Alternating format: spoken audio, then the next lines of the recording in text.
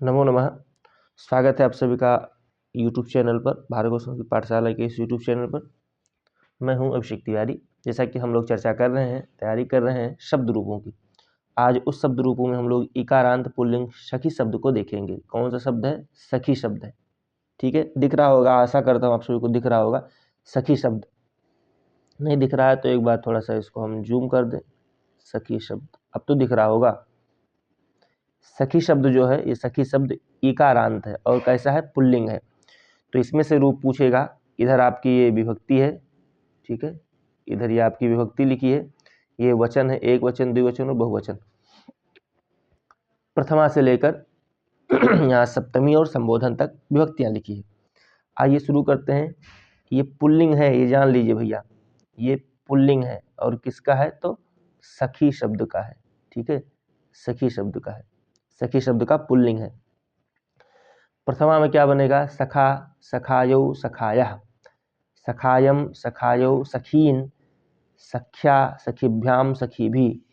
तृतीया देख लेना, ये एग्जाम में आपसे पूछ सकता है। ठीक है, चतुर्थी में क्या बनेगा? चतुर्थी में सख्ये, सखीभ्याम, सखीभ्या, सख्यु, सखीभ्याम, सखीभ्या, सख्यु, सख्यो, सखीनाम। षष्ठी भी देख लेना, सखौ, सख्यो और सखीषु। ये आपका सप्तमी का रूप है। ये इकारांत पुल्लिंग शब्द है। अभी इसके अगला जो हम लोग देखेंगे वो स्त्रीलिंग होगा, लेकिन इकारांत नहीं, ईकारांत होगा वो। ठीक है, एक बार इसको फिर से हम लोग पढ़ देते हैं। सखा, सखायो, सखायः, सखायम, सखायो, सखीन, सख्या, सखीभ्याम, सखीभिः, सख्ये, सखीभ्याम, सखीभ्या, सख्यु, सखीभ्याम, सखीभ्या, सख्यु, सख्यो, सखीनाम, सखौ, सख्यो, सखीषु। ये अगर आप इसको समझ ले जाएंगे तो बहुत आसानी से तैयार हो जाएगा। ठीक है, इसमें कोई बहुत वो नहीं, उठ करके सुबह एक बार इसका अभ्यास कर लिया करेंगे तो हो जाएगा।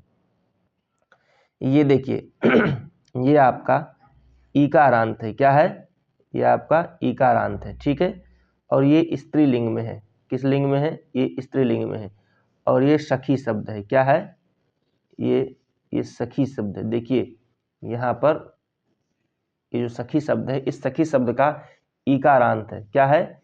इकारांत है। ये स्त्रीलिंग में है। ठीक है, तो इधर ये एक वचन, द्विवचन और बहुवचन लिखा हुआ है। इधर ये विभक्ति लिखी है, तो इसकी प्रथमा विभक्ति में सखी, सख्यो, सख्या, सखी, सख्यो, सख्या, सखीम, सख्यो, सखीहि, सख्या, सखीभ्याम, सखीभिः, सख्ये, सखीभ्याम, सखीभ्या, सख्या, सखीभ्याम, सखीभ्या, सख्या, सख्यो, सखीनाम, सख्याम, सख्यो, सखीषु। ठीक है, ये तैयार कर लीजिएगा आप सखी शब्द का स्त्रीलिंग इकारांत। एक बार फिर से बता देता हूँ, ये आपका सखी शब्द है। ठीक है, और ये इकारांत है। क्यों? क्योंकि बड़ी ई है ना अंत में। ठीक है, तो इकारांत है, इकारांत है। और किस लिंग में है? तो ये स्त्रीलिंग में है। इसके पहले भी हम लोगों ने पुल्लिंग देखा था। वो क्या था? वो सखी शब्द था। क्या था? सखी था, ये वाला सखी था। और इसमें ये वाला सखी है। ठीक है चलिए, तो गुरु और देखते हैं। अभी इसमें हम लोग गुरु का रूप देख लेते हैं। ये गुरु में क्या है? तो ये कह रहे हैं उकारांत है। ये उकार है, उ है अंत में जिसके। ठीक है, तो जैसे गुरु, तो गुरु में उकार है अंत में जिसके। ठीक है, तो ये कह रहे हैं उकारांत पुल्लिंग शब्द है ये गुरु शब्द। ठीक है, गुरु शब्द को हम लोग देखेंगे।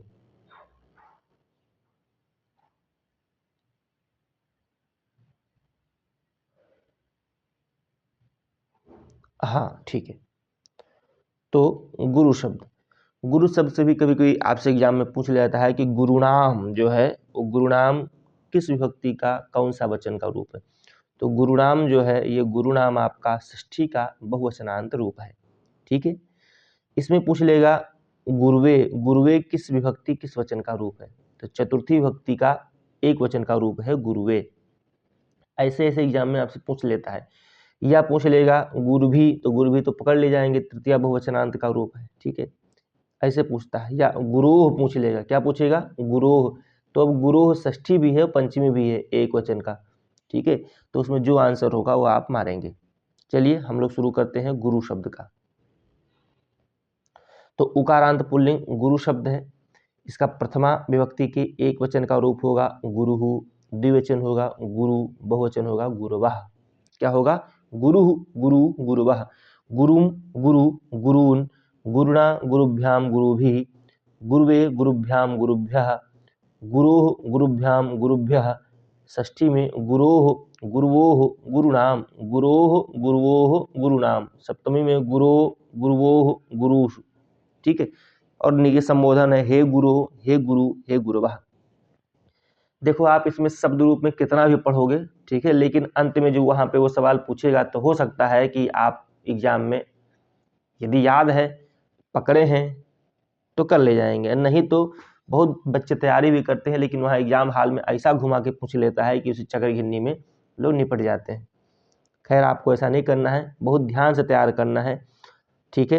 एक बार तो ये पूरा आप पढ़ेंगे, लेकिन उसके बाद में तृतीया, चतुर्थी, षष्ठी और सप्तमी, ये चार विभक्तियाँ जरूर देखेंगे। चारों विभक्तियों का जो तीनों वचन है, एक वचन, द्विवचन और बहुवचन, ये तीनों रूप देखेंगे, तृतीया, चतुर्थी, षष्ठी और सप्तमी का, ठीक है। बाकी चतुर्थी पंचमी में तो लगभग थोड़ा सा आप पकड़ ले जाएंगे कि क्या है। चलिए तो आज हम लोग गुरु पर ही रोक देते हैं, उसके बाद अगले लेक्चर में फिर से मिलेंगे। तब तक हरिओम, नमो नमः।